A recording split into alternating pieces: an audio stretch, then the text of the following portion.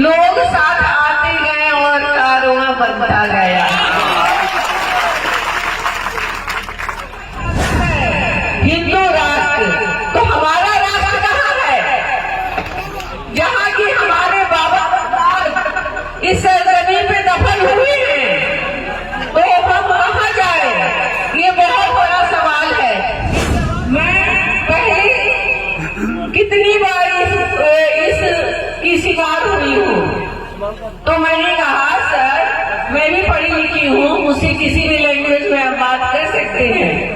घायल तो यहाँ हर एक परिंदा है, घायल तो यहाँ हर एक परिंदा है, लेकिन जो फिर से उड़ जाए वो जिंदा है।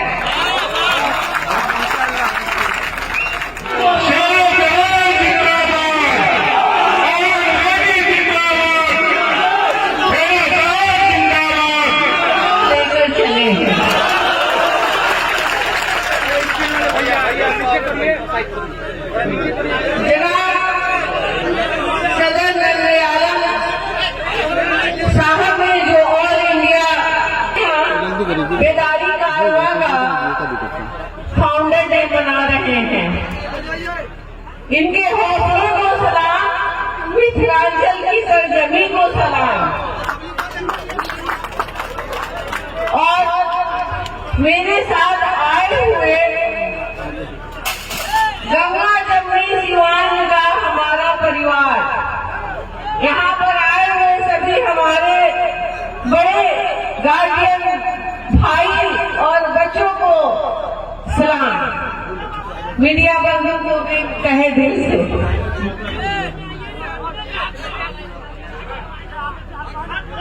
हजरात आइए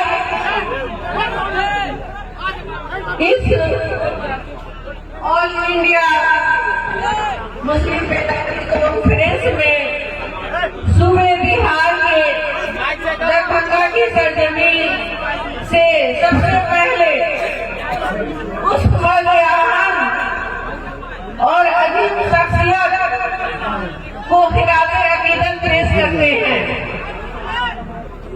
जिन्हें आप साहब कहते हैं।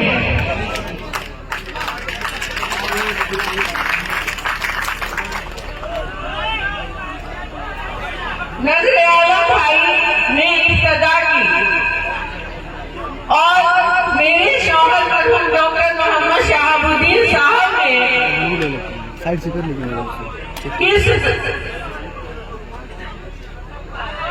इस सफर में जब चले तो सबसे पहले उनकी जो शेर थी मजनू सुल्तानपुरी की, मैं अकेला ही चला, मैं अकेला ही चला था जाने में मंजिल,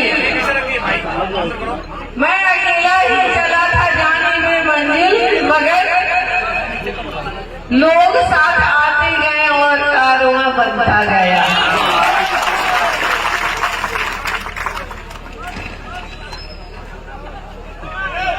मैं तमाम ख्वातीन व हजरात से ये अपील करती हूँ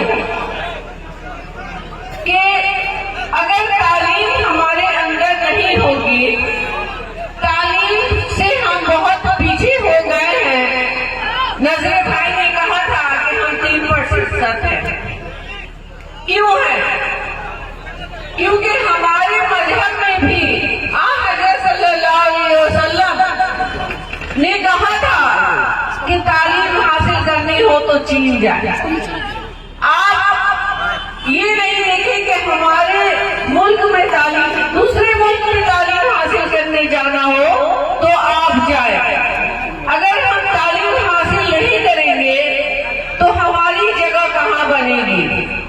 मुल्क के हालात को आप लोग बहुत अच्छी तरह से जानते हैं कि हम कहाँ हैं, हमें कहाँ रखा जाता है।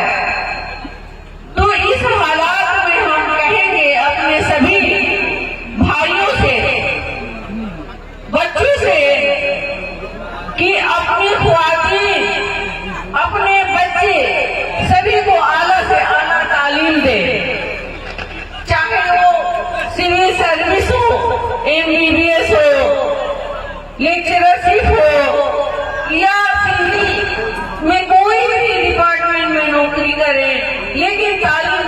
जरूरी है।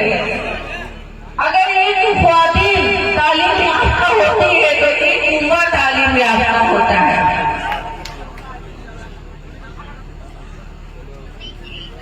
हमारे वतन की तरक्की उसी वक्त मुमकिन होगी जब हम सब इस को अहद करेंगे कि हम तालीम से बेदार नहीं होंगे। हाँ, मजहब में तालीम की अहम जरूरत है। इल्म की इब्तिदा है हंगामा, इल्म की इब्तिदा है हंगामा, इल्म की इंतहा है खामोशी।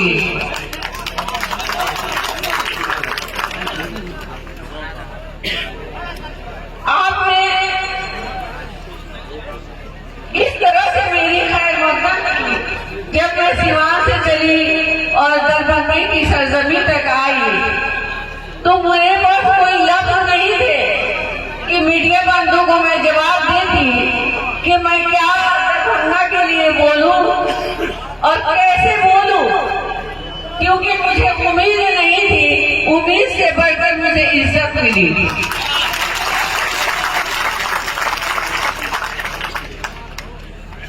ज्यादा तो नहीं, हम में कहा जब 1947 की हमारी आजादी की लड़ाई चल रही थी, दरमियान ना कोई हिंदू था, ना कोई मुस्लिम, ना कोई सिख, ना ईसाई, हम सब मिलकर अपने वतन की आजादी के लिए एक होकर खून बहा रहे थे।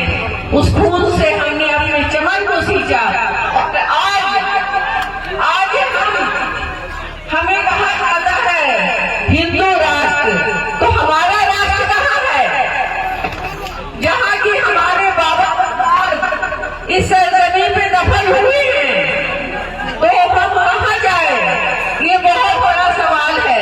इस सवाल का जवाब हम कैसे देंगे? तालीम हासिल करके, और बड़े से बड़े ओहदे के लिए तालीम हासिल करेंगे, तभी हम जवाब दे पाएंगे। जानते हैं, किसी मुकाम पर कहीं भी मुस्लिम ख्वातीन अगर पर्दे से जाती हैं, उन्हें जाहिल समझा जाता है। उनसे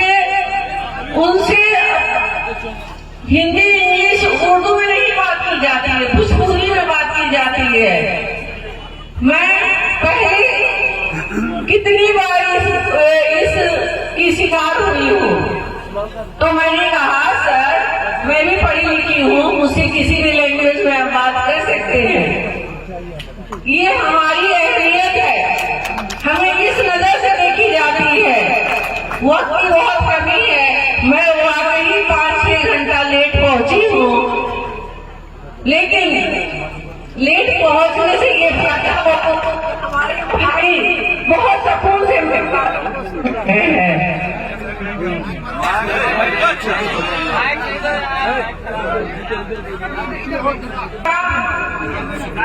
नौजवान खातिर तालीम के मामले में गफलत रखेंगे तो दुनिया को हमारा मुस्तकबिल और भी भयानक हो जाएगा।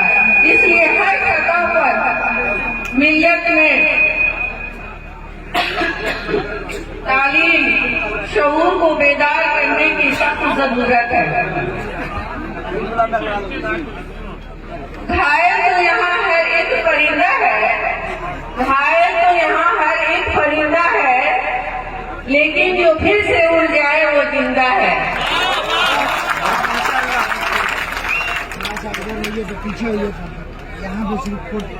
इसका अंदाजा हमें आपकी तालियों से लगता है कि पसंद नहीं आया।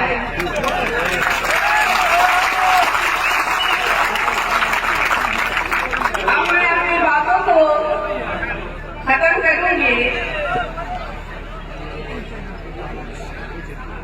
सोना से भी कीमती है हिंदुस्तान की मिट्टी, सारे जहां से अच्छा हिंदुस्तान हमारा।